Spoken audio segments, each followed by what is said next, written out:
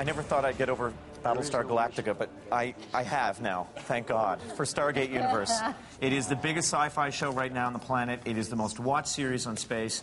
The show's been nominated for 9 Geminis this year, and the popularity of the Stargate brand is already rivaling the success of Star Trek.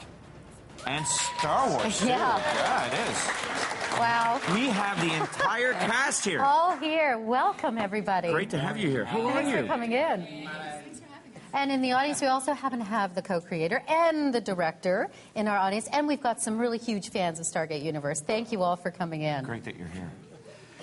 And the other great thing is, too, we've been online asking the fans to give us their questions for you guys. So those are the questions that we'll ask you, which is great.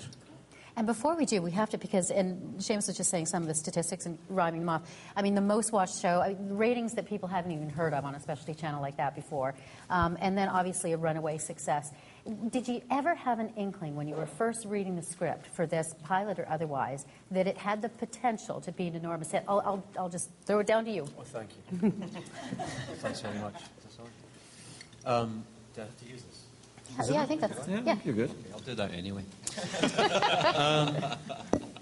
I'm not surprised. I'm not surprised at the success of the show at all. I mean, I was certainly very impressed with the script, certainly the first 3 that was sent to me in the first season, and it's continued like that. We've got a fantastic team of writers, producers up there in Vancouver, and they never cease to I never get disappointed with the episodes ever.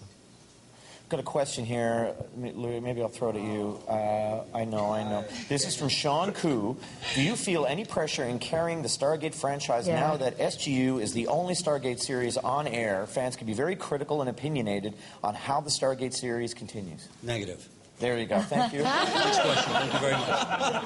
Thank you. I always have loved you, man. This is going to be a very quick interview. I have an interesting... I found out, I did some research that, in fact, the franchise, since its inception, which was 97, correct? Yeah. 354 episodes have been done of Stargate, including 2 films. And one of the things I found really interesting, because the amazing thing for myself, and I think for all of us, we've come into a family, this Stargate franchise. 73 babies have been born since the inception. You're kidding. Yeah, I found out. That's a little stat I found out from the office staff yesterday. But it says a lot about the sort of thing. You know, we sort of, I think, are very blessed to come into a family that essentially was there to begin with. And it's rare. I mean, to have this sort of product coming out of Canada for this long is just, that in itself is something. That's so very true. I know I'm very proud of that.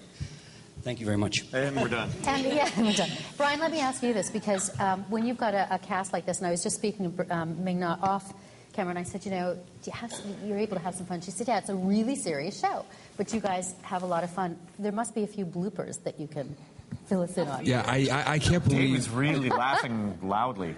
I don't know. Do they keep those bloopers? Do they? They really should. Because there's some really good ones. I remember one time I actually ambushed Jamil. We were doing these shots where we had to be going down these hallways, kind of searching for these aliens. And I hid behind a panel, and he's really getting into it, really getting nervous and being all method and whatever. And I jumped out right at the end of the take and just scared him. He fell right in his butt. And this. And my voice went up. He screamed. He screamed like a little girl, And that's little moments like that. But we do that because it's you're right. It's a very serious show, and you gotta keep light with it. You'll go crazy. Okay, let's see. Question for David. This is from Abbas Karimji. What was your initial reaction when you were first appointed the role of Eli, given the fact that you were a strong fan of the previous Stargate series, and did that influence your experience as a cast member on SGU? It's not me. It's not me. It's Abbas. It was a terrifying joy. It's early, and I came up with that. That's nice. Because you don't want to disappoint anybody, and it's a lot of expectations and a lot of people to prove right and wrong. But at the same time, it gives you what Louis was talking about, kind of an advantage that you would have on other shows, because you have people who want you to succeed. People who actually care and are behind you, and you feel a little bit of support there too. I feel like I probably have pissed off Brad and Rob and everyone more than anything, because having watched them, I can be like, well, I thought that it worked like this, and that's not what we're saying. But they're usually great about it, and they know the world so much because they've created it. They really created literally this universe, for lack of a better term. See what I did there? That it gives you a freedom because you can feel safe and trust. Elise, let me ask you, were you a science fiction fan or even a science fiction geek before you did this? That is a loaded question. I don't discriminate against any genre, but I wasn't necessarily a fan until, to be honest, I started working on the show, and then I got an appreciation for it. Yeah. What I love with sci-fi is that you can die twice in one episode and still have a job the next week. So, I'm thankful for that. Not like Dynasty. Yeah. I've actually never seen that. I'm showing my age. Okay.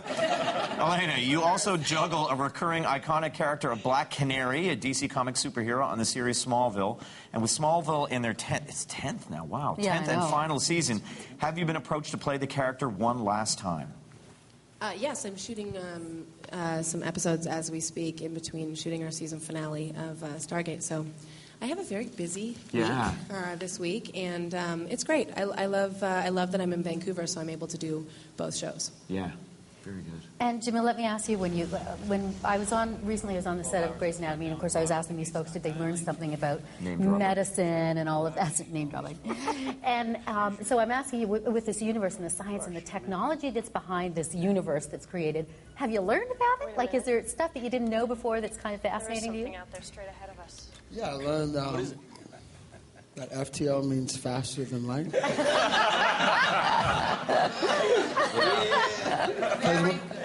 I read the pilot, it's like FTL every other page. And I was afraid to ask. I was up there asking my mom and friends, like, what do you think this means? FTL? You could have Googled it. Ming-Na, this is from Sean Koo. You both have a voice acting experience. Your roles in Mulan, Final Fantasy, The Batman, Jamil in... Oh, sorry, this is for Jamil and Ming-Na.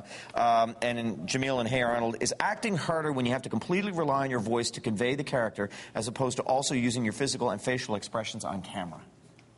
Throw it at you first. I find it a lot more freeing and easier to just do voice acting. And when people ask me whose career I'm most jealous of, I always say the actors on The Simpsons, because that's all they get to do. They never have to show themselves. They never have to worry about makeup wrinkles, hair problems, and they get paid really well. So, great job stability. And true job, and great residuals, I'm sure. But voice acting, for animation is fantastic work. I love it. I love it because, honestly, when I'm acting, I like to gyrate. He does. Can you do that again? Excuse me? Can you do that again? When you're in a voiceover booth, you can do all that you want because it's not going to show up, Just don't wear leather when you're doing that because... Wear studs. Let me ask the co-creator and the director who we have in the audience with us. Who of these guys give you the most trouble? Come on. Well, we tried to get Jamil to stop doing that. So pretty much for that reason alone, yeah. Were you surprised at the overall success? I mean, this is the last part. This is the franchise that has, defeated all the odds. Well, this is season 17 for us. So right. Andy and I have been around from the beginning. John Lennox's been around from the beginning. And so we're like the little train that not only could, but couldn't stop. So we just keep going, You're not giving us the inside scoop. Who's the troublemaker? And why? I think they share it all equally. But Louis would probably enjoy the title the best, I think. So, Robert, what about the possibility of directing more? Would you like to do that? I don't know. Really? I don't know. Yes, I enjoyed it. I certainly enjoyed it, but it's... Andy Makita is a major director sitting over there, and he'll tell you how hard it is to actually do that. And It would have to be done at the beginning of the season, if you know what I mean, because it frees me up for the rest of it.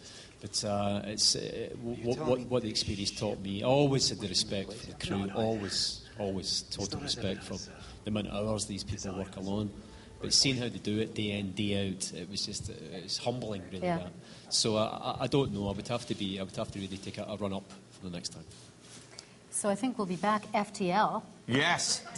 Look at you dropping that. I know, I've learned something. Thank you all very much. It's great Thank to have you. you all Thanks. here. It's a real treat. Thank you. Congratulations.